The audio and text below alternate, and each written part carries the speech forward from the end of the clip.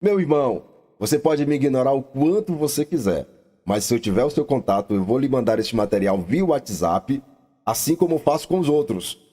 E não pode se irritar, ok? Se você pensar em me bloquear e me bloqueando, eu vou ligar para você imediatamente. Então você já fica sabendo disso. Aí você pode até espernear do outro lado da telinha e dizer: ah, mas o crente não faz estas coisas, bloquear o irmão. Meu irmão, crente é feito de gente, ok? E então, como foi sua escola bíblica dominical? Conseguiu ir na manhã deste domingo?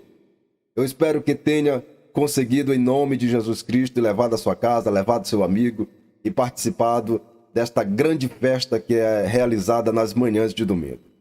Hoje nós abordaremos muitos assuntos aqui dentro deste vídeo. Nós vamos discutir as 3 fases do matrimônio. Eu sei que você viu isto na lição desta manhã. Também nós vamos ver o que mudou na interpretação da lei e o direito ao divórcio. Ou melhor, a nova interpretação sobre a perspectiva do divórcio, tanto para os que estão dentro, como também é aplicado para os que estão fora na perspectiva eclesiástica.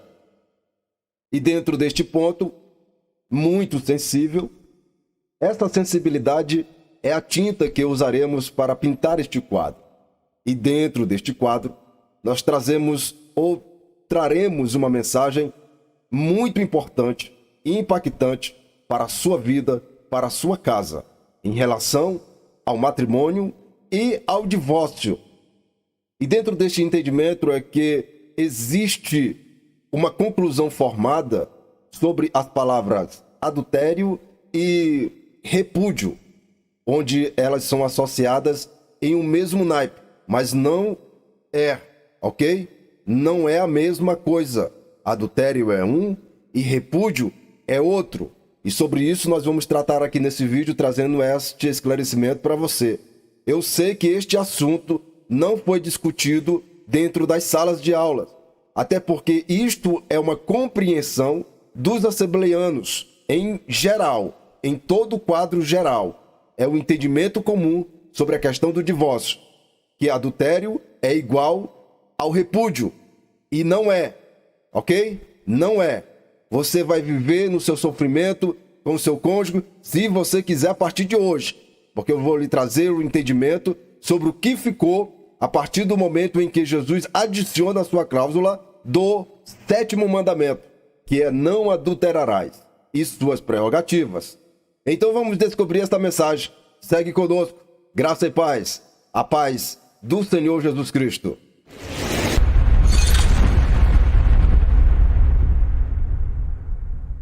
Depois da escola, você tem um encontro marcado aqui comigo. Marque na sua agenda, já deixe registrado, que todas as segundas-feiras você vai ter uma reprise dos principais pontos da nossa sala de domingo. Ainda que gravo este vídeo depois da escola, mas você já está sabendo que você vai receber este material na segunda-feira, vai estar acessível. E compartilhe este material com seu irmão. O número presencial dos participantes na IBD ainda são muito baixos. Então, a grande massa, ou a grande maioria, não conseguem participar. E desejo, em nome de Jesus Cristo, que de alguma maneira este material consiga chegar até ele. E a ponte mais próxima, mais acessível, é você com os seus contatos. Compartilhe com os seus contatos, compartilhe nos seus grupos, tanto no WhatsApp como também no Facebook, deixando o seu like, deixando o seu comentário, se inscrevendo no canal, abençoando este canal, este projeto, que em contrapartida estaremos também retribuindo você e sua casa com bênçãos em nome de Jesus. Vamos para a interface da nossa lição de hoje. Lição de número 5, 1º de maio de 2022. O título da lição estudada na manhã deste domingo: o casamento é para sempre. Nós não vamos pontuar todo o conteúdo da lição. Você já fez isto. Isto já aconteceu. Poderíamos gravar este material antes da sala? Poderia sim. Ficaria apertado para mim, perderia de primeira mão o argumento com a sala presencial, porque eles já teriam o conteúdo antecipado. Então fica difícil para mim fazer esta gravação antes da sala. Então o que eu achei por bem fazer foi trazer ou pontuar alguma coisa dentro do mesmo assunto discutido em sala depois da escola. É por isso que eu estou reforçando aqui o pedido com você, para você agendar aí no seu tempo, e hoje você tem um encontro marcado comigo. Ou você vai comparar as pautas que foram discutidas com seus professores, ou este material vai somar em conhecimento que você já adquiriu na sala presencial, em nome de Jesus Cristo. Então vamos para o nosso texto em discussão, que está na nossa leitura oficial, que é Mateus capítulo de número 5, versículo de número 27 a 32. Este é o texto base da lição. E antes de adentrarmos no seu conteúdo, é muito importante que você esteja situado. Situado aonde? No contexto histórico do texto. Porque nós vamos trazer no desenvolvimento Mateus capítulo de número 19, versículo 3 ao versículo de número 11. Uma situação em que Jesus é confrontado pelos fariseus, aonde eles trazem em pauta o que nós estamos discutindo aqui neste texto. O que é importante você saber é que Mateus capítulo de número 19 não tem nenhum vínculo com Mateus capítulo de número 5. Então nós não podemos ler Mateus 5 imaginando que o cenário do capítulo 19 seja associado a este. E não é. No versículo 1 do capítulo 19, nos dá a localização aonde exatamente Jesus está. Para deixar bem claro que é um contexto diferente, uma situação diferente. Esse aqui é o primeiro ponto. É você saber aonde está. Nós estamos ainda no monte. O cenário é o cenário do Sermão do Monte. Agora, para explicar e para reforçar o que Jesus trouxe aqui no versículo de número 28, 31 e 32, nós precisamos fundir com um acontecimento posterior a este, que está em Mateus, capítulo de número 19, versículo a partir do número 3, exatamente, até o versículo de número 11. Também nós temos Marcos, que nos conta sobre uma outra perspectiva, sua própria, obviamente, no capítulo de número 10, versículo 2 ao versículo de número 12. Esses são os dois textos, embora que sejam os mesmos, em perspectivas diferentes, para reforçar ou para respaldar o que está sendo discutido aqui no capítulo de número 5. Nos vídeos anteriores, eu mencionei para os senhores da possível presença dos fariseus e dos saduceus nesta multidão do capítulo de número 5. Aparentemente você não consegue ver, tá? Mas quando você passa a observar o que Jesus está construindo e edificando em ensinamento para os apóstolos, a base é a presença dos fariseus e dos escribas. E a certeza que eu tenho disto é o que é revelado em Mateus, capítulo de número 19, versículo de número 3. Porque pela primeira vez Jesus está trazendo este assunto à tona. É aqui no Sermão do Monte que ele está trazendo o 7º mandamento. Não cometerás adultério. Aqui neste cenário não existe um confronto. Jesus está ensinando os seus apóstolos, olhando para os escribas e fariseus. Estes que ele os conhece desde a sua infância. Jesus já acompanhava, Jesus já tinha entendimento de quem eram estes homens na sociedade. E a sua presença lhe inspira para ensinar os seus apóstolos aqui neste belíssimo sermão que é vitalício nos dias atuais. Então veja este detalhe comigo em Mateus capítulo de número 19. Observe a situação no versículo de número 3 do capítulo 19 de Mateus.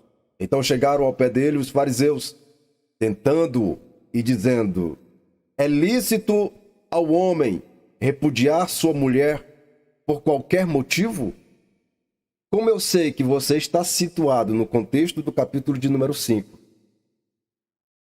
agora neste contexto do capítulo de número 19, Jesus está em outro local, em outra situação, muito além do Mar da Galileia. O versículo de número 1 nos diz exatamente aonde ele está.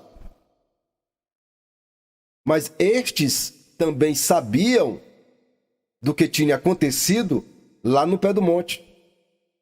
Alguém estava lá, dos seus, e fizeram registro de que em algum momento ele tinha falado sobre esta situação, sobre o divórcio, ou sobre o repúdio, sobre exatamente do 7º mandamento, que é não adulterarás. O mandamento é fácil, mas o seu artigo, qual a definição do seu artigo? Qual a interpretação que Jesus daria para estes homens? E o que é muito impactante aqui neste contexto é que eles esperavam a opinião de Jesus sobre este assunto. Mas Jesus não dá a sua opinião. Ele não diz o que acha. Ou melhor, em maneira nenhuma, ele faz qualquer tipo de especulação sobre o mandamento e os seus artigos. Embora que os estudiosos afirmem que essa é a interpretação de Jesus, ou segundo a interpretação de Jesus, mas não é a interpretação que Jesus está dando. Jesus está fazendo um acréscimo. Ele está alterando um dispositivo da lei, do 7º mandamento. Ele está adicionando uma cláusula dentro da que já existia. Por que é que eu sei que Jesus não está traduzindo ou dizendo o que acha ou especulando sobre o que estava escrito na lei? Vamos para o texto para você observar o que eu estou lhe dizendo. Em Mateus, capítulo de número 5, versículo de número 27. Olha só como ele começa. Ouvistes o que foi dito aos antigos. Aí ele apresenta o mandamento, o 7º mandamento. Não matarás. A minha conclusão é no versículo de número 28, como também no versículo de número 32, que eu tenho que ler para vocês o 31. Mas olha como ele começa o versículo de número 28, a sua fala posterior, após apresentar o mandamento. Ele não está dizendo o que acha, supondo, traduzindo. Não, ele está dizendo: eu, porém, vos digo que qualquer que atentar numa mulher para a cobiçar, já em seu coração cometeu adultério com ela. Ele não está dando uma opinião.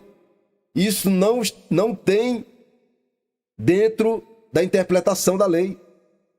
O que não tem dentro da interpretação da lei? A lei não se trata espiritualmente. A lei só poderia ser executada com o ato físico.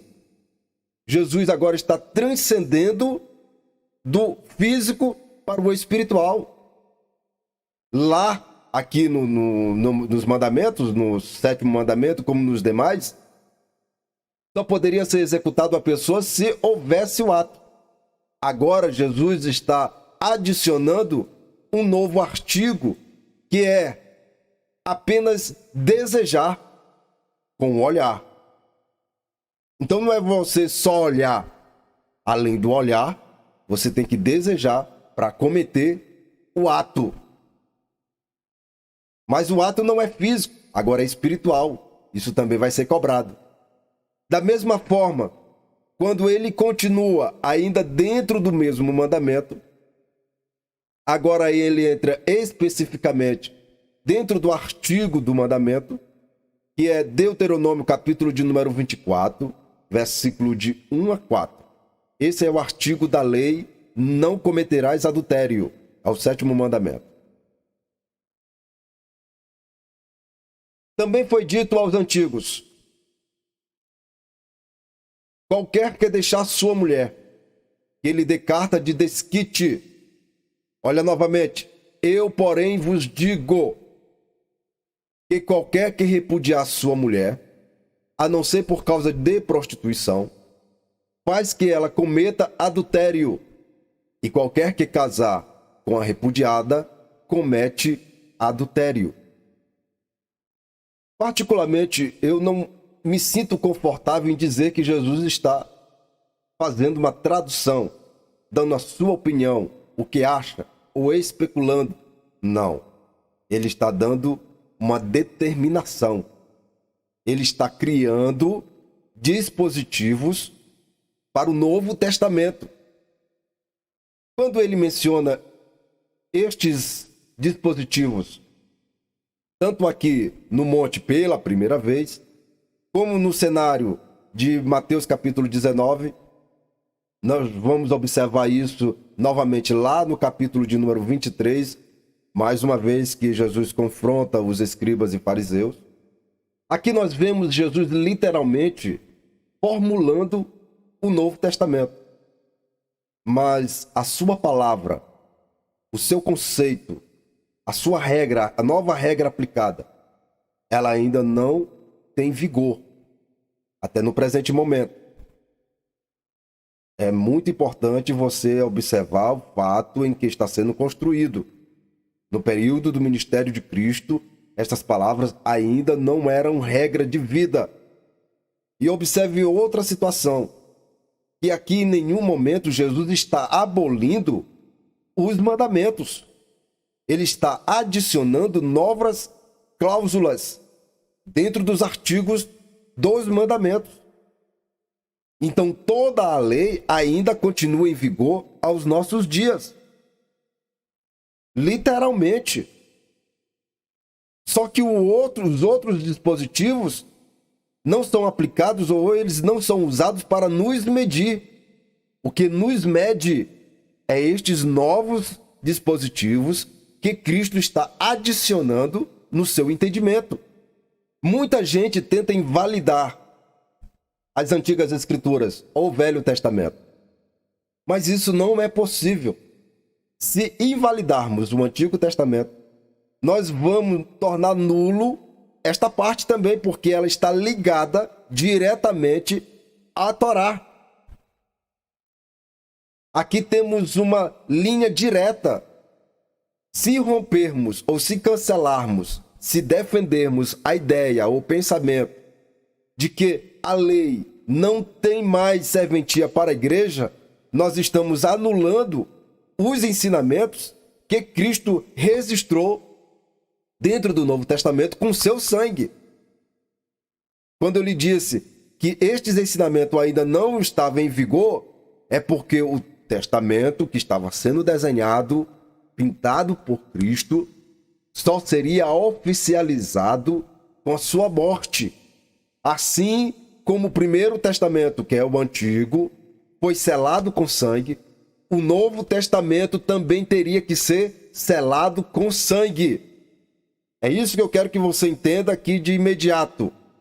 Então, durante o desenvolvimento do ministério de Cristo, estes ensinamentos ainda não eram praticados.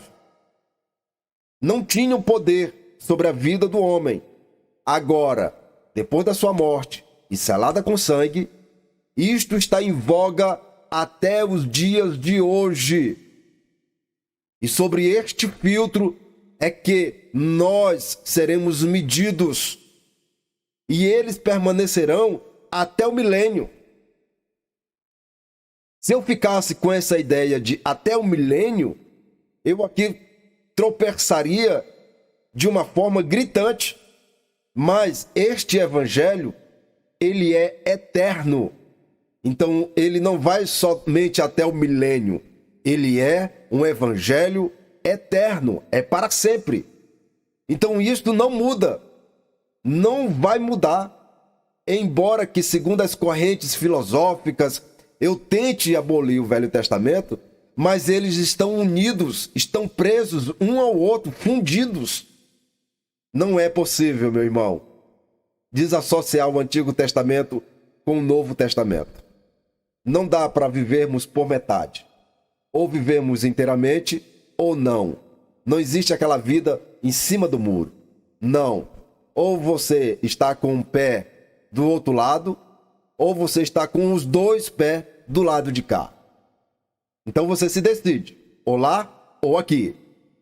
Antes de nos aprofundarmos um pouco dentro dos versículos 27, 28, 31 e 32, no versículo de número 29, o nosso comentarista, ele pontua o exagero de Jesus na figura de linguagem neste versículo, sobre o fato de arrancar o olho e tirá-lo para longe de ti. É forte a mensagem. Concordamos que aqui não se trata de ou dar mutilação do corpo, mas no finalzinho do versículo nós vamos perceber claramente do que Jesus está tratando, ou para quem ele está direcionando a palavra. Ele está falando para uma igreja que ainda não existia, mas quando existisse, que fosse tratado estas coisas desta forma, que fosse arrancada, que fosse estipada, jogadas para longe.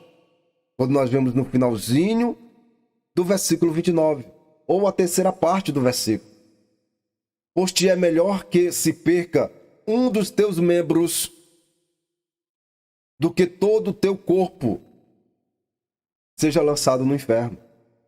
Talvez você não concorde com este pensamento de que ele está se dirigindo à igreja, porque nós sabemos que ele é a cabeça, a igreja é o corpo, e ele está falando aqui diretamente de membros de um corpo.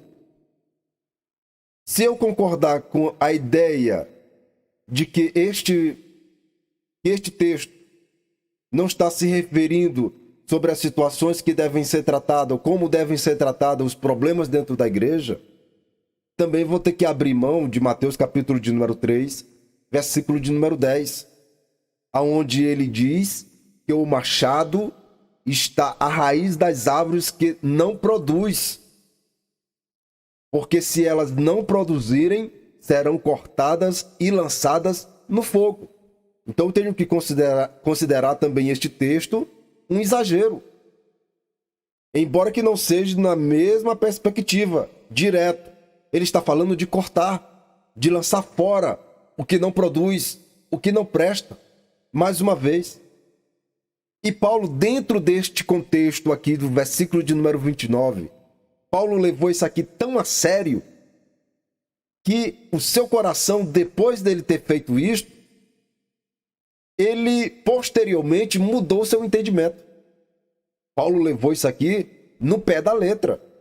Lá em Corintos, na igreja de Corinto, existia uma certa situação lá que estava dando dor de cabeça para Paulo. E era este contexto aqui, contexto de prostituição. E dentro daquele cenário de prostituição, existia um caso em que um destes estava tendo relações com a mulher do seu pai. E isto foi a gota d'água, isto é inaceitável. Nós vamos ver, vamos mostrar para você o naipe desta situação. O que foi que Paulo fez? Neste cenário aqui, ó. É melhor lançar fora. 1 Coríntios, capítulo de número 5, versículo de 1 a 5. Paulo pegou o camarada e entregou a Satanás para a destruição da carne. Ele estipou do meio da congregação, ele não aguentou mais a situação. Foi muito sério. E em 1 Timóteo, capítulo de número 1, versículo de número 20, ele nos revela os nomes: Hermineu e Alexandre, E pela segunda vez ele afirma que os entregou a Satanás para que aprendesse a não blasfemar com coisa séria, que era o corpo, que era a violação daquilo que Deus tinha estabelecido no seu meio. E agora Jesus aqui está fazendo o mesmo, obedecendo isso aqui à risca. O apóstolo Paulo fez isso. E em 2 Timóteo, capítulo de número 4, versículo de número 14, o apóstolo viu que foi muito radical. E ele ficou preocupado que os seus discípulos começassem a fazer o mesmo. E ele começa a mudar o seu posicionamento e instrui Timóteo diferente, para que agisse diferente dele, assumindo a sua dureza, a sua radicalidade, né, que exigiu aquela situação. O que eu quero dizer com isso é se o comentarista achou Jesus exagerado nessa figura de linguagem, o que é que nós vamos dizer do apóstolo Paulo? Em 1 Coríntios, capítulo 5, versículo 1 a 5, que é sobre o mesmo ótica, sobre o mesmo cenário. Isso não foi um exagero? Isso não foi demais? Então é para se pensar muito bem. Eu já comentei em vídeos anteriores sobre a questão de você extirpar o mal pela raiz. Vou deixar aqui no card aqui em cima para você observar. Lá eu pintei um quadro sobre os gabinetes, que eu acho um material muito interessante, que vale a pena você dar uma revisada. Mas só veja se você tiver estômago para observar, porque lá não é um leitezinho, não é uma sopa, lá é caldo de mocotó. Então já estou lhe antecipando. Clique aqui no card se você tiver estômago para digerir esse material. Mas que Deus lhe abençoe se você conseguir em nome de Jesus e que sua mente possa ser mudada em relação ao que nós estamos tratando aqui sobre questão de mudanças ou corrigir os erros. Numa manhã poderei ser medido por esses mesmos dispositivos. O quê? Não tenho garantia do amanhã. Ou você tem? Tudo que eu tenho neste momento é me manter em pé no presente momento. É toda a garantia que eu tenho de me manter em pé. Então este material, ele só tem poder enquanto eu estiver de pé. Amanhã poderei estar passando por esta vara, por estes mesmos dispositivos. Para a compreensão do versículo de número 31 do texto que está exposto na tela, tenho que lhe transportar para as 3 fases do matrimônio que correspondia exatamente ao seu contexto, ou o contexto em que Jesus estava vivendo, para proferir estes ensinamentos. E é aonde nós vamos compreender a questão da carta de divórcio. Olhando para o texto de número 31 e comparando com Deuteronômio capítulo de número 24, versículo 1, quando eu fiz a comparação das palavras repúdio e adultério, não são estas palavras. É a confusão criada pelos assembleianos. A palavra correta, retificando, é repúdio e divórcio. Para os assembleianos, estas duas palavras são iguais, porque eles têm, ou nós temos, o entendimento do versículo de número 1 do capítulo 24 de Deuteronômio, quando lá deixa bem claro que é correspondente à carta de repúdio. Mas nós não podemos traduzir ou ter uma tradução literal desta forma, porque aí nós vamos atropelar o que Cristo está ensinando. Porque divórcio não é igual a repúdio. Por que eu sei disso? Porque o divórcio é um contrato. E o repúdio é uma situação imposta do marido para a esposa em vida. Ou seja, o marido impõe à mulher a viver um estágio de repúdio. Com isto, vamos entender melhor o texto, levando você agora, literalmente, para as 3 fases do matrimônio. Esta é as 3 fases do matrimônio, que é a promessa, o contrato e as bodas. Eu espero que o seu professor tenha lhe mostrado isto para a compreensão deste texto. Este cenário é muito importante, é indispensável para a compreensão do versículo de número 31, que corresponde exatamente a Deuteronômio, capítulo de número 24, versículo de número 1. E estas 3 fases do matrimônio, elas estão em vigor ainda nos nossos dias. Isso aqui é levado à risca na parte do Oriente, e especialmente no que corresponde a Jordânia e Transjordânia. E sobre esta base do matrimônio é que a igreja também é constituída aqui na terra, sobre o mesmo molde do matrimônio civil. Usando este modelo, Cristo também pinta a sua igreja, desde a promessa ao contrato, do contrato às bodas. Se você compreender as 3 fases do matrimônio neste desenho que está na tela, você vai ter uma prévia de uma compreensão geral da Igreja de Cristo, como ela funciona, como vai acontecer, o que está estipulado. Você vai entender muitos textos se você compreender a base do matrimônio realizado no Oriente. Olhando para a tela, da promessa ao contrato, existem 2 situações específicas. A primeira situação é que o casal ele poderia ser prometido ainda quando criança ou jovem pelos pais de ambas as famílias, de famílias opostas, para a união de 2 famílias. E eles só se conheceriam no dia de assinar o contrato. É o casamento, é a união arranjada. A segunda situação era os jovens, por conta própria, decidirem casar com uma moça ou tomá-la como esposa. Tem aqui a oferecida e tem a almejada, que é no caso quando o jovem olha para determinada jovem e diz que com ela quer se casar. Um detalhe, neste cenário, o rapaz não pode ver a jovem. Eles só se conheceriam aqui no contrato, no dia de assinar o contrato.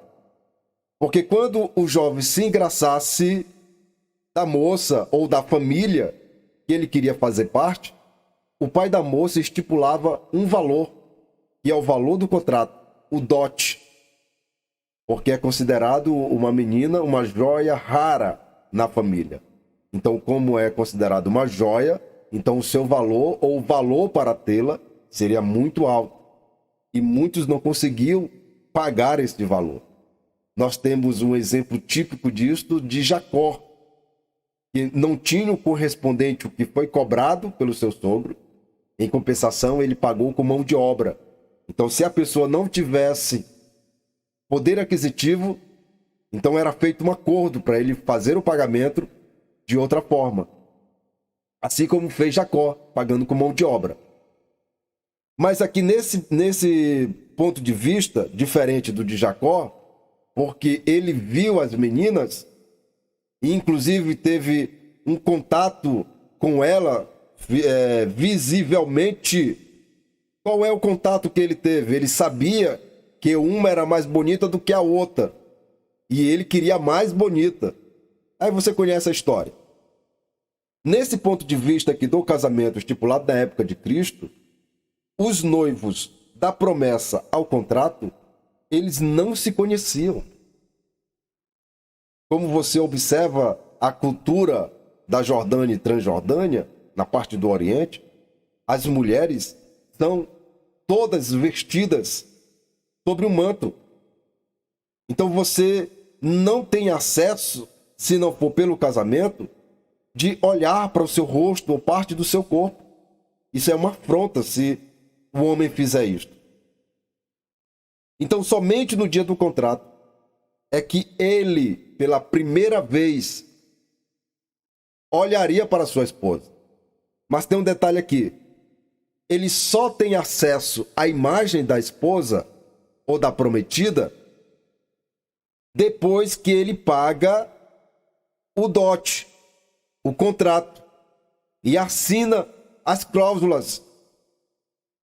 A partir daquele momento, eles estão oficializando o seu noivado, mas o documento ou o contrato lhe dá o poder de casamento. Ou seja, ela é dele, literalmente, por lei.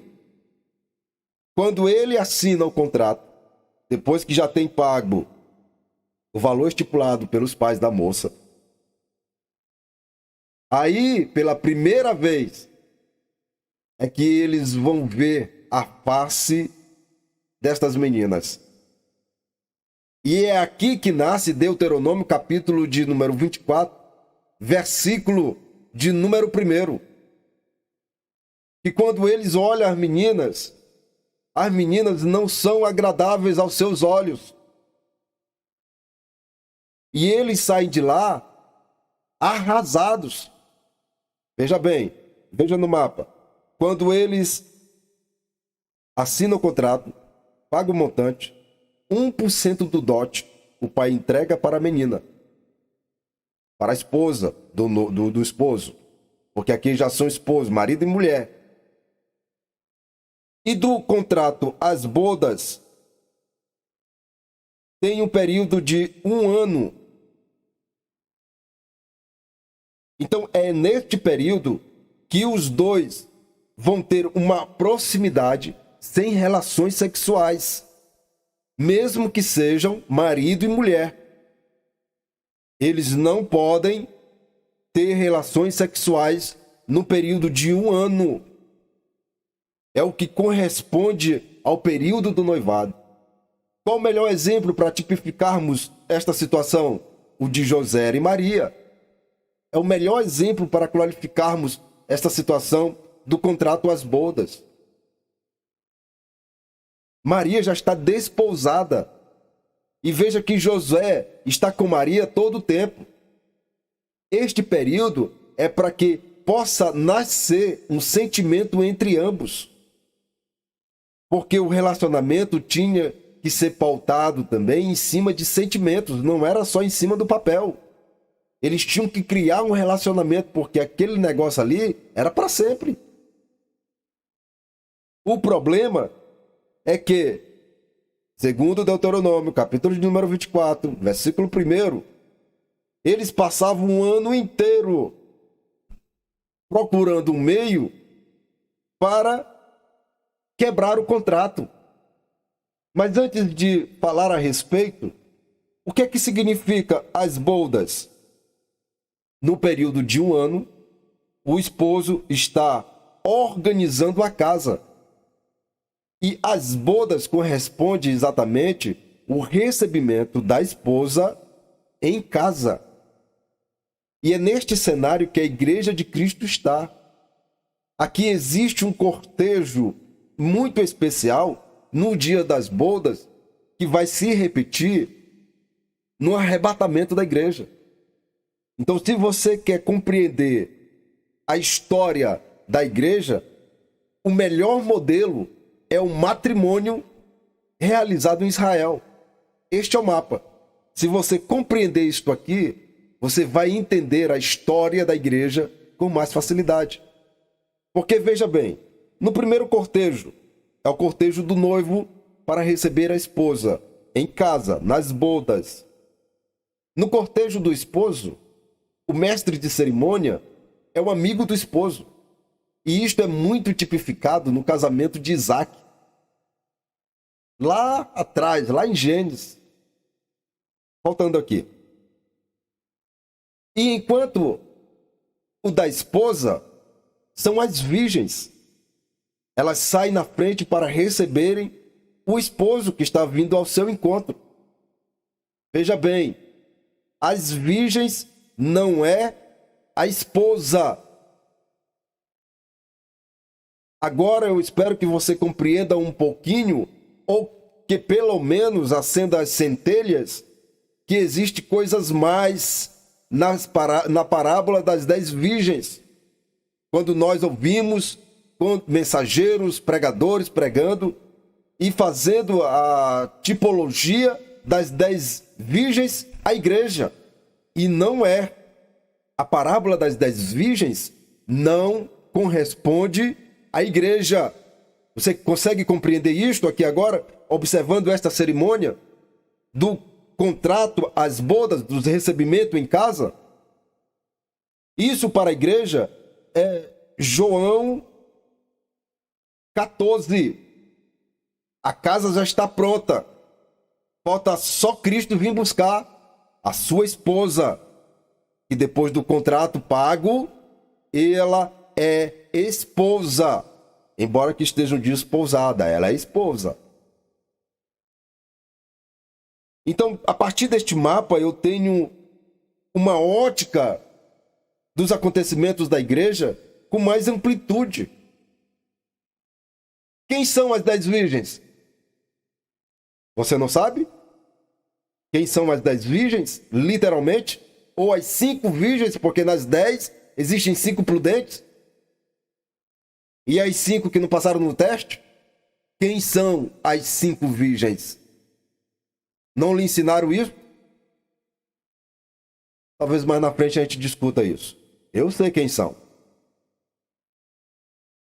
Quando esta cerimônia acontecia no desenho de Deuteronômio, os camaradas estavam com a feição triste, abatido, decepcionados, porque eles não poderiam romper um contrato, porque existia um custo muito alto. É por isso que os discípulos, em determinada situação, lá no capítulo 19 de Mateus, eles vão dizer que não compensa casar nessa situação. Porque o marido tinha que arcar com toda a despesa para dar o desquite da moça. E o que era melhor? Era melhor fingir que estava tudo bem aquela recepção e quando chegasse em casa, escantear a mulher. Viver um estágio de repúdio. A partir daquele momento, a mulher deixaria de existir na vida destes homens que estavam arrependidos. Era muito caro romper o contrato. E aqui começo a criar uma situação para você pensar.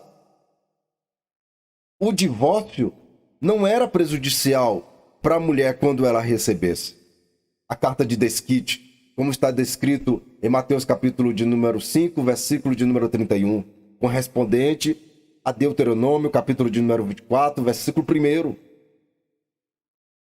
Não era feio a mulher receber a carta de desquite. Não tinha problema nenhum a mulher receber a carta de divórcio. O problema nascia quando a mulher, vivendo em repúdio, dentro de casa, isolada, sem a cobertura do seu marido, sem os cuidados do seu marido, sem o apoio do seu marido, aquele que lhe garantiu de lhe sustentar, se obrigasse a sair de casa para, com isto, ter outras relações ou possíveis relações. A questão era quando saísse de casa sem a carta de desquite, ligada ao seu marido. Aí é que nascia o problema. Vamos para o texto? Nessa interface, você tem um matrimônio que seu leito é sem mácula. Hebreus, capítulo de número 13, versículo de número 4.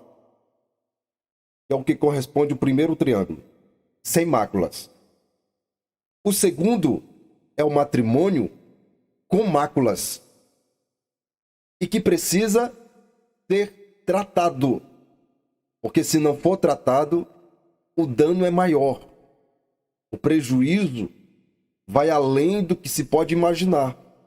Voltando para o assunto, para entendermos a compreensão do que está escrito em Deuteronômio, capítulo de número 24, versículo 1 a 4. Observe o texto comigo. Quando um homem tomar uma mulher e se casar com ela, então será que, se não achar graça em seus olhos, por nela achar coisa feia, ele lhe fará escrito de repúdio e lhe dará na sua mão e a despedirá da sua casa. Duas coisas de extrema importância tem aqui neste texto. E aqui tem duas coisas de extrema importância, que é a chave do texto de Mateus, capítulo de número 5, versículo 27 e 32. Se você já tiver visto isto em alguma vez na sua vida, eu não sei. Mas eu quero lhe trazer essa revelação em nome de Jesus Cristo, para que a sua mente possa fluir. Porque por muito tempo considerei, como os meus pares consideram, o repúdio semelhante ao divórcio. E não é. A primeira coisa que consigo ver de imediato é o que Jesus está mudando nesse dispositivo. Este aqui é o dispositivo que corresponde ao 7º mandamento, que é: não cometerás adultério. Esta era as prerrogativas que os casais tinham para invocar um possível rompimento matrimonial. O que é que Jesus está mudando aqui? Veja logo de imediato. O primeiro dispositivo que ele está mudando literalmente: se não achar graça em seus olhos, ou seja, se ele achar alguma coisa anormal nela, este motivo era suficiente para ele invocar esta emenda em favor do seu divórcio. E isto aqui, Cristo está mudando esta forma, este dispositivo. Aonde ele está mudando? Em Mateus, capítulo de número 5, versículo de número 32. Confira aqui comigo, exatamente. Este é o primeiro dispositivo legal, a partir do Novo Testamento, dado por Cristo, para invocar um divórcio, um rompimento matrimonial. Este é o primeiro dispositivo. Tem outro. Só para reforçar, olhando para este texto de Mateus, qual era o dispositivo que era usado nos seus dias para invocar um divórcio? Era simplesmente se o homem conseguisse ver alguma coisa numa mulher ou na sua mulher que não lhe agradasse. Isto depois das bodas, no recebimento da esposa em casa. É preciso você ter muita paciência para uma compreensão mais avançada deste assunto. Porque a interpretação que nós temos, ela é centenária. E ninguém nunca ousou em fazer ou pôr um contraponto. Ah, mas você está inventando. Eu não estou inventando, eu estou mostrando para você o texto. Mas aqueles que nos ensinam, vendo isto, não conseguem. Por que que eles não conseguem? É porque não querem, é porque não veem? Não, não é nenhum dos dois, porque eles sabem e conseguem, se quiserem fazer. Porque já foi escrito materiais sobre este assunto. E se eles mudarem de opinião, eles vão ter que recolher tudo que escreveram a respeito. E a interpretação que a nossa convenção tem sobre este assunto é radical. Muitos ministérios estão enterrados depois ou pós uma separação. Outros estão com uma âncora tão grande enterrada no fundo do mar por conta do seu cônjuge, porque está vindo de um outro casamento, porque a convenção não aceita o candidato com um dos pares vindo de um casamento anterior. Não aceita por conta dessa interpretação. E para aceitar, a parte que casou-se, ela tem que mostrar que o motivo da sua separação foi por adultério. E ele tem que provar isto, para não comprometer a outra parte. Isto para a convenção aceitar. O que é que Jesus está dizendo aqui? Olhe para o texto. Jesus está dizendo claramente que o homem não pode invocar este artigo para o divórcio, a não ser que a mulher esteja em uma situação de prostituição. Olhe para o texto. Veja o que é que Jesus está dizendo. Jesus está deixando bem claro aqui que a partir deste ponto em que ele está definindo, o homem não tinha mais o poder de invocar este artigo para um possível rompimento matrimonial, se não fosse por prostituição. Antes bastava um camarada olhar para a mulher e alguma coisa ele achar nela, por qualquer coisa banal. Você discutiu isso da lição, que existiam 2 escolas rabínicas que discutiu isto a fundo no 1º século a.C. Uma escola defendia que somente por adultério, a outra defendia que por qualquer coisa banal. Então Jesus está definindo aqui exatamente o único meio ou o único artigo que seria possível aceitar um pedido de divórcio do homem, da parte do homem. Agora vamos para outra parte, que é mais pesada do que esta. É muito importante, antes de irmos para outro assunto, ainda dentro deste texto, não perdendo o fio, para lhe mostrar que nos dias de Jesus, Jesus está deixando bem claro aqui, olhando ainda para o texto, que nos dias de Jesus, o maior índice de prostituição e de mendigagem ou de mendigos, principalmente na categoria feminina, era alimentado por matrimônios fracassados. É o que Jesus está deixando bem claro aqui neste texto. E isto era alimentado pela ideia deles não darem cartas de divórcio a estas mulheres, por elas estarem repudiadas pelos seus maridos.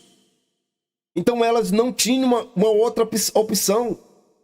A opção era mendigar ou se prostituir. Olha o que Jesus está dizendo aqui na frase seguinte.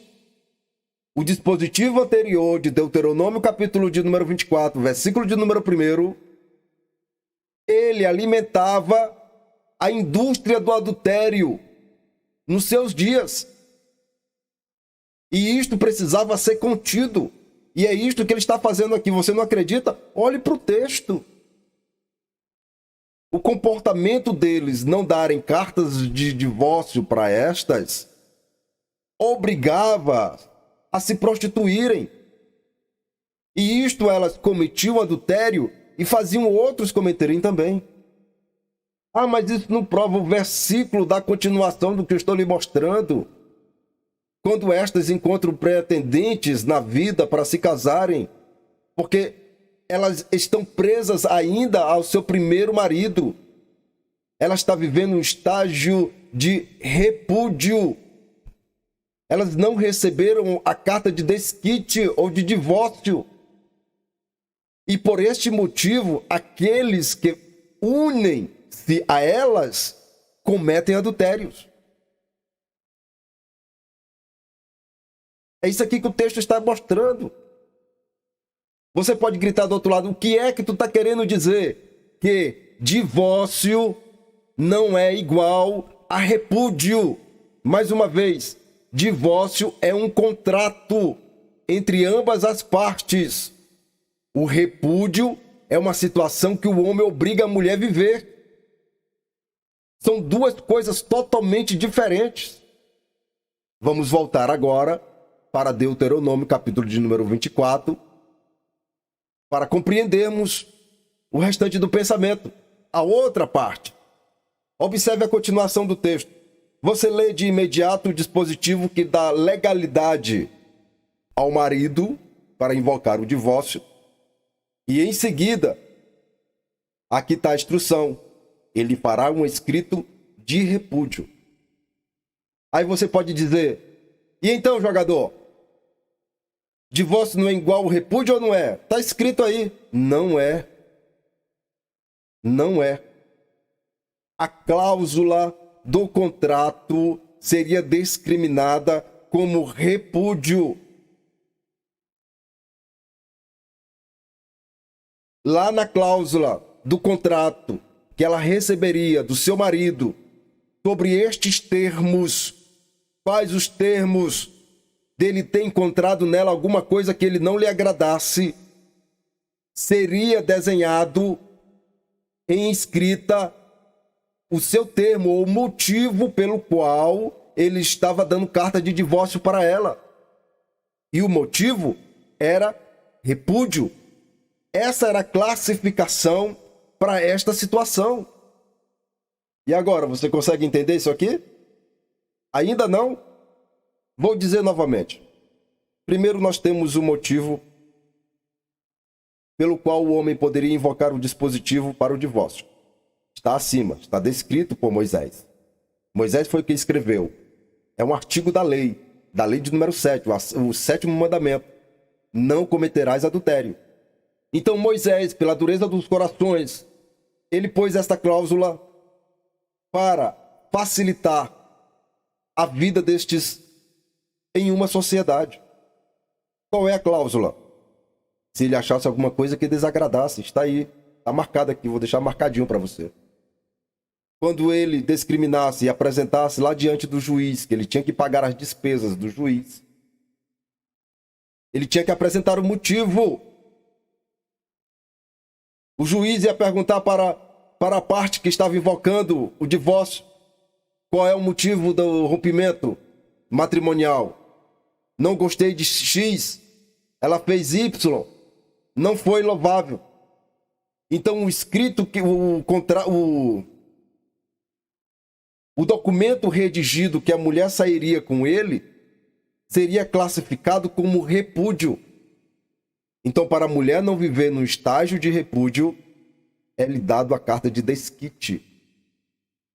E você observa ainda no texto que ele lhe dará na sua mão, quem é o marido. Observe que a mulher não está presente, ela não se apresenta lá no tribunal, na hora da separação. De maneira nenhuma, ela não tem permissão para isso. Então, quando ele chega em casa, ele entrega na mão dela e despedirá da sua casa. Aí ela sai livre para casar com outro, sem cometer adultério, sem cometer inflação, sem negligenciar os preceitos do Senhor. E a continuação do texto, até o versículo de número 4, corresponde exatamente à parte final do versículo 32 do capítulo de número 5. Você tem que ler este texto com os dois, olhando um para o outro, para você poder compreender. Por você nunca ter ouvido coisa semelhante a esta, vai ficar muito difícil de você compreender de imediato. Mas creia nas Escrituras, porque é assim que ela está desenhando aqui. Aí você vai dizer, mas no versículo de número 2 diz se ela saindo de casa. Observe, o texto está desenhando um outro cenário. Qual é o cenário que o versículo 2 está desenhando? É que se ela saindo de casa sem o escrito de divórcio nas mãos, aí ela está sujeita a cometer o ato de adultério e colocar a vida de outro também no seu mesmo estágio. É isto que o texto está dizendo aqui claramente. Está na sua tela, está na sua frente aí para você ver. Ela só comete as infrações do versículo 2 ao versículo 4 se ela sair de casa sem o escrito de repúdio. O que isso quer dizer? Que ela está saindo de um matrimônio e ela não cometeu nenhuma infração contra o seu marido. o seu marido a dispensou só porque ela cometeu alguma coisa falha, ou ele viu nela alguma coisa que não lhe agradou. Agora vem a parte que você não quer ouvir. Estou falando aqui dentro das Escrituras. Então não é compreensível. Pode ser relativizado. Você pode entender segundo as suas interpretações. Estou dizendo que não é a forma correta como foi nos ensinado. Eu estou lhe mostrando como as Escrituras estão ensinando, como ela nos revela. Foi este o motivo, isto me veio aqui na mente agora, que a era papal não queria de maneira nenhuma que os plebeus tivessem acesso às Escrituras. Este era o motivo. Este foi o grande gargalo centenário, segurando as Escrituras em 7 chaves. Era por conta disso, era isso que eles viram, entregando poder para o povo. Se de imediato eles tivessem aceitado aquilo que Wycliffe, John Hus proporam, um século antes de Lutero, eles teriam que ensinar os plebeus a ler, porque o índice de analfabetismo era enorme.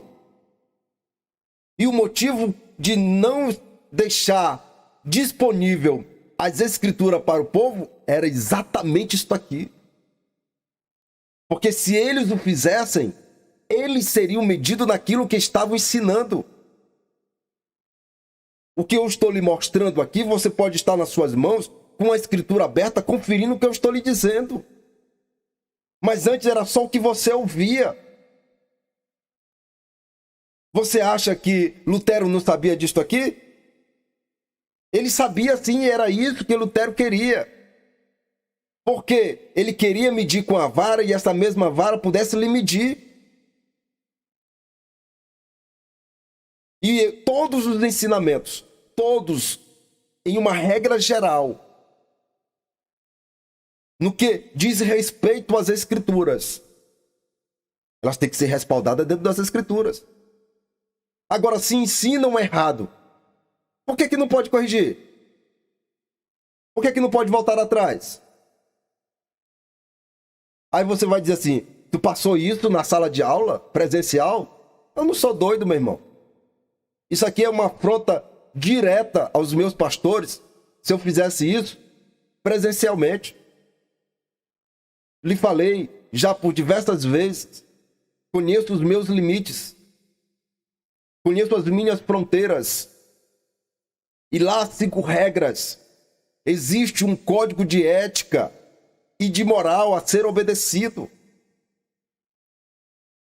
É claro que eu não toquei sobre isto lá dentro. Não sou louco para fazer isto. Porque isto eu vou estar desonrando os meus pastores, os meus líderes. Aí você vai estar dizendo assim, mas você não está fazendo isso, confrontando todo mundo e dando nome. Não estou confrontando você. Estou mostrando para você a outra face. Estou mostrando para você o que parece estar oculto aos seus olhos. E não estão. Então, o meu entendimento, eu o construo a partir da análise que eu faço das Escrituras. O problema é que os que fizeram antes viram aonde estavam errados e não retrataram-se. Qual o motivo? Eu lhe falei qual é o motivo atrás. Pelas obras que eles construíram. E se eles se retratarem, eles vão ter que recolher as obras que foram publicadas para redigir. E olha que não são poucas. Qual é a outra revelação? Ainda dentro do mesmo texto. E depois deste ensinamento, os apóstolos e os discípulos não poderiam depois vir chorando aos pés do tribunal com papo furado, com argumentação ilegítima. Eles tinham que chegar no pé do tribunal com algo físico. Se eles não gostassem da sua esposa, eles não podiam mais dar carta de divórcio para elas, na condição de repudiada. O divórcio só seria aceito se elas praticassem prostituição. Aí você vai dizer, mas o que é que tem de errado o entendimento dos assembleianos? Está bem aqui no texto. Agora se segure do outro lado da telinha. Se segure em alguma coisa, que agora eu vou lhe revelar o outro lado que ninguém vê. Vou lhe mostrar o que está diante dos seus olhos e você não está vendo. É o direito que o Senhor está dando agora para a mulher. A mulher, neste cenário de Deuteronômio, capítulo de número 24, versículo de número 1, a mulher aceitava a situação de repúdio calada. Porque se ela quisesse o divórcio, ela tinha que pedir para o seu marido custear as despesas judiciais. E isto não era bom para o homem não achava isso legal. E na sua grande maioria, a vida que esperava por estas mulheres era o repúdio. Jesus cancela isto aqui agora no versículo 32 e dá o poder para a mulher. A mulher, a partir deste momento, ela não aceita o estágio de repúdio. Agora, quem quer o divórcio é ela. Porque ela não fez nada de errado. Qual é a alegação que a mulher vai usar perante o juiz? Está no versículo, na continuação do versículo. Olha aqui. Essa é a prerrogativa que a mulher vai usar para forçar o homem a dar carta de divórcio. Está bem na sua tela para você acompanhar. Porque se ele não desse a carta de desquite, ele sujeitaria ao adultério e sujeitaria a outros. Porque ela queria viver. Ela queria encontrar um meio de sustentabilidade. Ela ia encontrar alguém que pudesse lhe sustentar. Se a opção não fosse se prostituir ou se fosse viver de mendigância. A mulher agora tem o poder de pedir carta de divórcio para o seu marido. Jesus está dando poderes para a mulher aqui neste versículo. Tremendo isto aqui. Porque como nós vimos no capítulo ou na aplicação dos artigos da lei de número 7, o teor do artigo é machista. Tira qualquer direito que a mulher possa ter. E aqui Jesus está falando a favor das mulheres.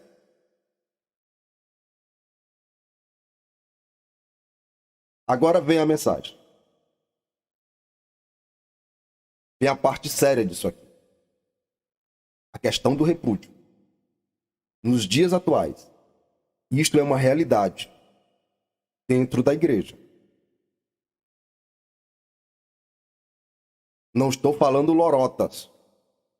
Não estou. Conheço algumas situações e certamente você conhece outras. Maridos e mulheres que estão separados debaixo do mesmo teto há anos. Já construíram para si até quartos opostos. Dormem em camas diferentes. E são sujeitadas a isto. Por quê? Porque tem um entendimento que ela só pode pedir o divórcio se ela conseguir provar que o ato foi por adultério. Jesus está lutando contra o repúdio. O repúdio era o maior mal que Cristo está lutando aqui. Aonde é que prova isto? Aonde é que eu tenho a base disto? Em Malaquias, capítulo de número 2, versículo 16. Veja o que é que o Senhor repudia, o que aborrece o Senhor. Veja o que aborrece o Senhor em Malaquias, capítulo 2, versículo 16. Nós estamos falando de um período de 400 anos antes de Cristo. Este já era um assunto que aborrecia tremendamente o Senhor. E agora o Senhor aparece na história para arrancar o mal pela raiz. Quando o comentarista chama Jesus, na sua exposição figurativa, de exagerado. Não é exagerado, ali mostra a raiva que ele tinha.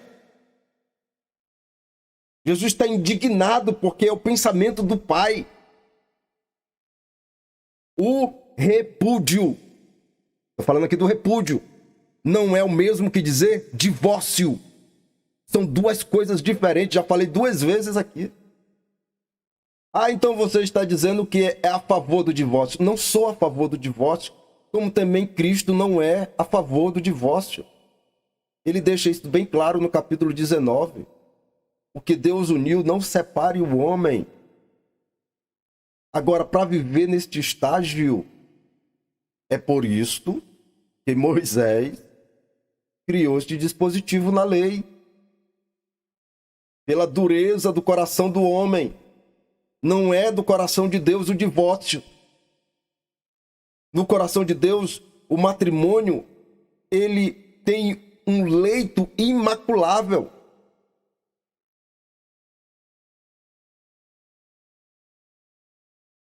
E este é o pensamento do apóstolo em Hebreus, capítulo de número 3 e 4, versículo 4. Venerado seja entre todos os matrimônio, e o leito sem mácula, a cama sem manchas, sem tranças, sem mentiras. Porém, os que dão à prostituição e aos adultérios, Deus os julgará. Agora aqui eu entro em outra face, que é o que corresponde ao versículo de número 28 do texto. Eu, porém, vos digo que qualquer que atentar numa mulher para cobiçar, já em seu coração cometeu adultério com ela. Não precisa mais do ato. No seu olhar, se no seu olhar você desejar ou desejá-la, você já comete adultério em si. Mas o que tem a ver este texto com o de Hebreus? Observe que neste particular não compete o homem julgar ou especular qualquer coisa a respeito. Isto não é competência do homem. Não é. Voltando para Hebreus, capítulo de número 13, versículo de número 4. De quem é a competência de julgar esta situação? O que os olhos não viram. De julgar o que ninguém sabe. Somente a Deus. No finalzinho do texto, o apóstolo está deixando isto bem claro. Deus os julgará. Olhando para o texto, nós encontramos uma outra situação que fica mais rígida. Aqui está aplicado somente ao olhar ou desejar de uma mulher. Mas tem uma outra questão dentro do versículo, dentro do texto sagrado, que exige uma análise, que é o que o coração está sujeito. Ou seja, qual o julgamento e o que pode nos levar ao tribunal de Cristo. O que passa pelo coração que pode me sujeitar ao tribunal de Cristo. A revelação está no versículo 32. E é isto aqui, ó. A prostituição. Isto não quer dizer nada. Pois me defina o que é prostituição. O comentarista nos trouxe a definição de adultério, e é subjetivo. Mas, no ponto de vista bíblico, o que é que quer dizer prostituição? Jesus é muito cirúrgico em sua expressão. No versículo de número 32, ele menciona repúdio primeiro. Segundo, ele menciona prostituição. Depois, ele menciona adultério. São três coisas totalmente diferentes uma da outra. Repúdio, já lhe disse. Agora eu preciso lhe mostrar o que é prostituição e em que cenário se encontra o adultério. Você conseguiu mostrar isso para os seus alunos? E com isto eu vou lhe mostrar, pela segunda vez, Jesus fortalecendo o lado da mulher. No que se diz prostituição. E aonde está o seu conceito? Segundo o que está escrito na Bíblia. Reforçando aqui o que eu estou lhe dizendo. Jesus, pela segunda vez, está respaldando a posição feminina na história, lhe dando direitos, agora com base legal, para invocar um divórcio no seu matrimônio. Isso é doído, né? Muito doído. Porque na perspectiva anterior, é muito machista. A mulher não tinha valor de nada. Jesus está enaltecendo a mulher poderosamente aqui. Já que eu não consegui lhe convencer na segunda parte ou na primeira tentativa, vê se agora você consegue ser convencido desta vez. Vou lhe mostrar a definição de prostituição, segundo este texto, e segundo Marcos, capítulo 19, versículo de número 9. Está na sua tela. A definição de prostituição, segundo as Escrituras. Esse aqui é o leque que o Senhor abre. A partir dessa palavra, prostituição. Observe como o leque se estende a partir deste dispositivo que o Senhor está adicionando no sétimo mandamento. Prostituição segundo a Bíblia. Prostituição você não pode ler que seja igual a adultério. Não é.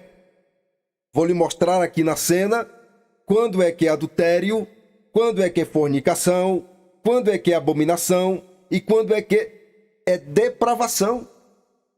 Então, estes quatro estão ou são a definição de prostituição. Então, quando você consegue ver e ouvir, ler Cristo dizendo que se não for por causa de prostituição, ele está abrindo este leque aqui. Então, segundo o que Jesus está desenhando, este dispositivo ele pode ser acionado por uma fornicação, além do adultério, por uma abominação e por uma depravação. Este é um desenho que produzimos no ano de 2018. Em 2020, fizemos a primeira exposição, a segunda foi na sala, desta manhã de domingo, e pela terceira vez eu estou expondo este pensamento que tive em 2018 sobre este texto de Mateus capítulo 5, versículo 32 e o 19, versículo de número 9. Vamos entender quando é que acontece um adultério.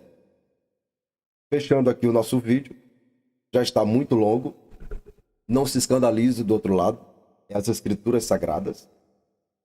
Estou trazendo aqui o melhor de Deus, que é a sua palavra para nós, aquilo que os homens lutaram tanto para ser acessível a nós, hoje, graças a estes homens e pelo poder do sangue de Cristo, estas escrituras, elas estão acessíveis a todos.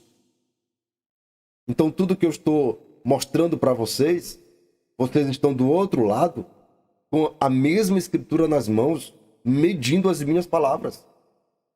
E o cuidado que os homens, os líderes, devem ter é isto. Porque eles não podem ensinar qualquer coisa que vem na cabeça ou porque achou.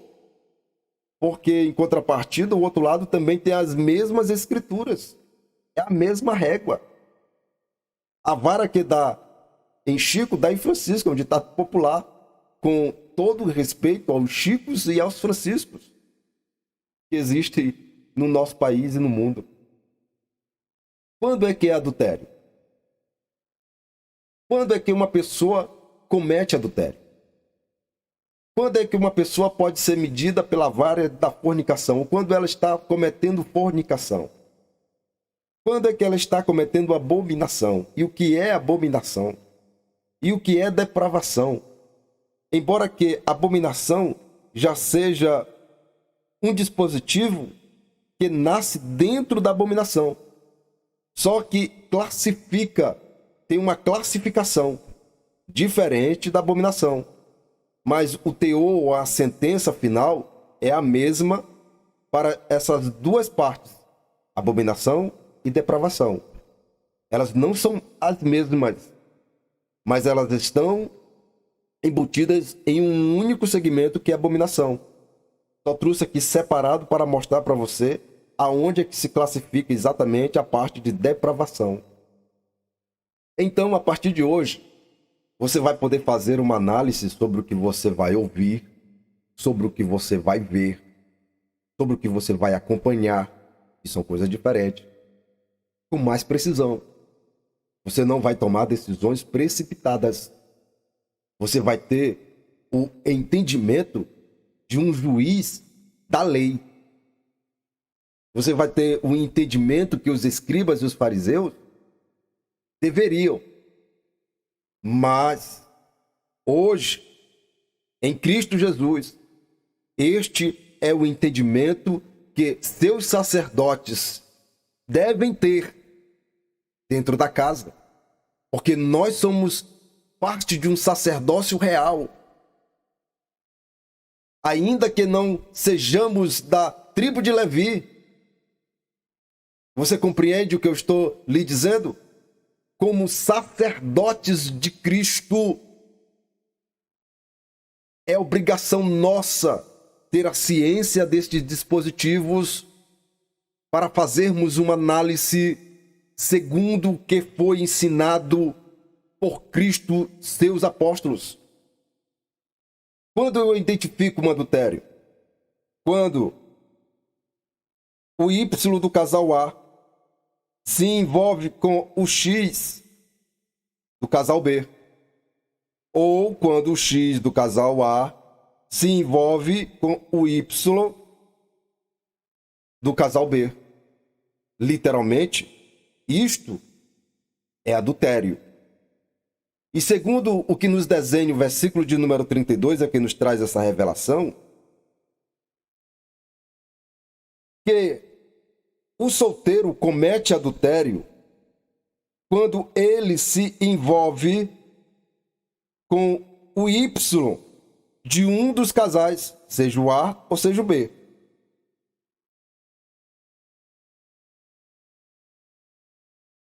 Isso aqui é um cenário do versículo 32.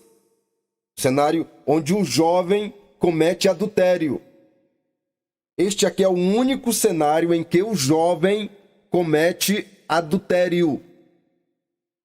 Quando ele mistura os panos com uma repudiada, seja do casal A ou do casal B.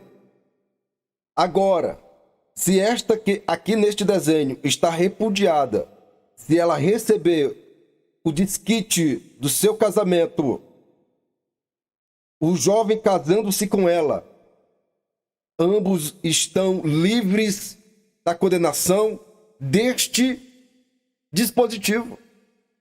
Esta aqui é a única situação.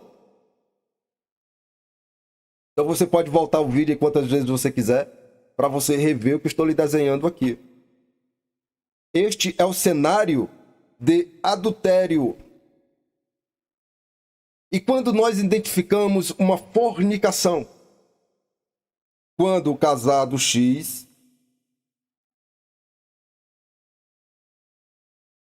se envolve com o Y do grupo solteiro, ou quando o solteiro X se envolve com o Y do casado. É difícil de compreender isso? Vou fazer de novo. Vamos lá. O adultério acontece quando o casal A, o Y do casal A, se envolve com o X do casal B. Ou quando o Y do casal B se envolve com o casal A, ou com o X do casal A. Ou ainda, um outro caso de adultério é quando a repudiada Y se envolve com o solteiro X, ou vice-versa. Este é o único cenário em que o jovem comete adultério. Quem é que revela isso? O próprio versículo de número 32. Fornicação. Quando o casal X se envolve com o solteiro ou com a solteira Y, ou quando o solteiro X se envolve com a casada Y. Isto é fornicação. Agora ficou mais claro, assim, mais pausado? E quando é que é abominação? Aqui o negócio aperta. É onde muita gente não mexe. Mas sinto muito. As escrituras. É abominável. É inaceitável. É isto aqui que Jesus está dizendo lá no versículo de número 29.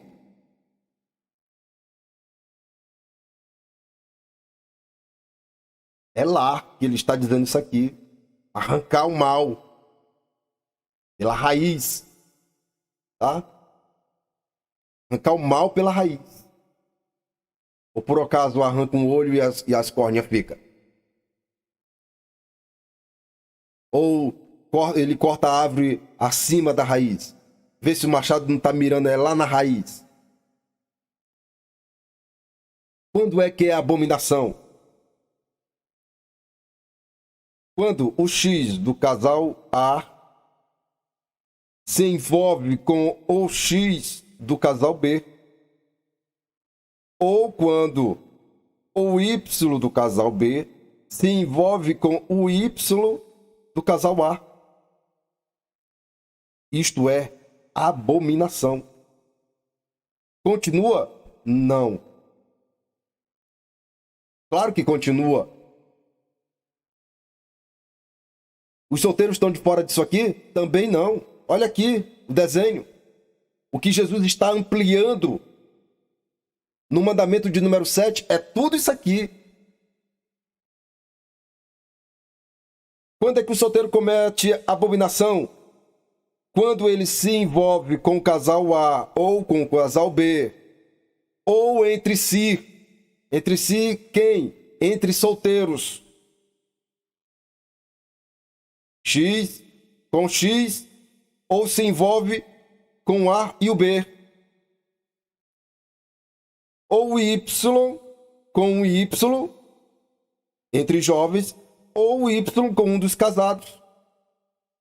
Fornicação. Complica o negócio? Complica. Mais ainda, fica mais pesado.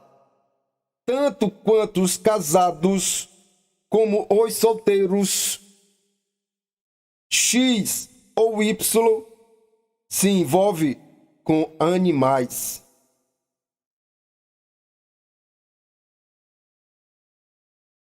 zoofilia.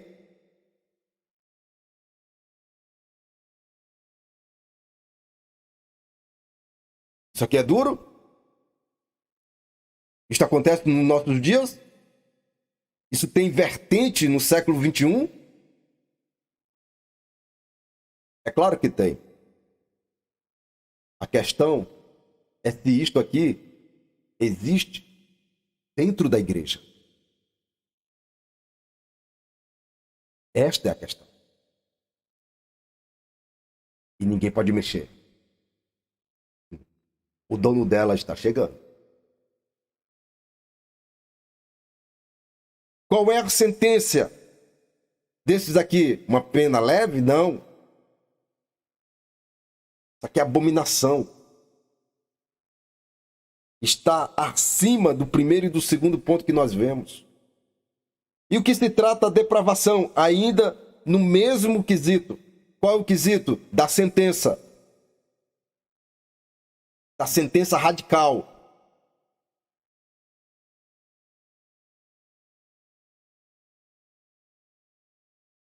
Aqui eu botei consanguíneos. Talvez é estranho para muitos. Então, para que você tenha um entendimento com mais facilidade, vamos substituir a palavra consanguíneo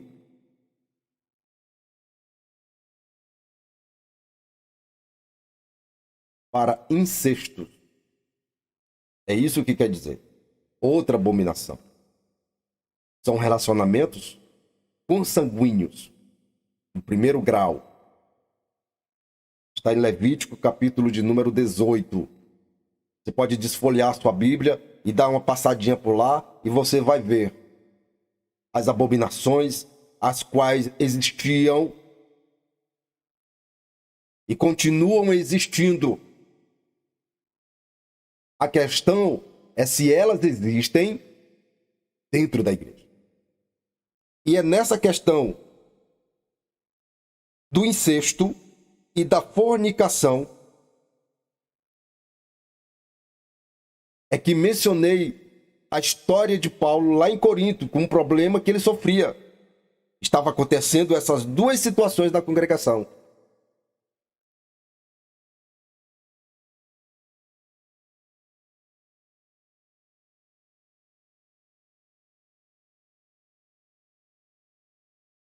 Aí, com muito cuidado, ele instrui Timóteo para agir diferente, com mais cautela.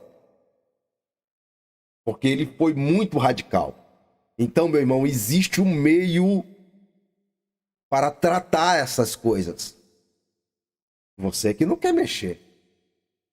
Mas a questão é que o dono da igreja está voltando. Dito estas coisas, você olhando para a tela, agora eu vou ler o que Jesus proferiu no capítulo 5, versículo de número 28.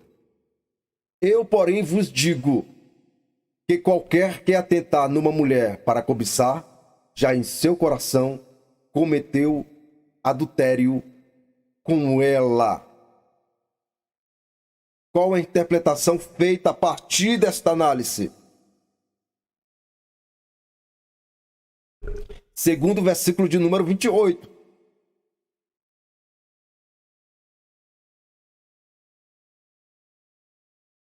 O que significa eu dizer literalmente quando eu olho para esse mapa? Segundo o versículo, segundo o texto sagrado, é que se eu desejar no meu coração qualquer uma destas coisas, eu posso ser condenado por elas. Não precisa mais eu praticá-las. Não precisa mais eu cometer o ato. Basta eu somente desejar no meu coração estas coisas.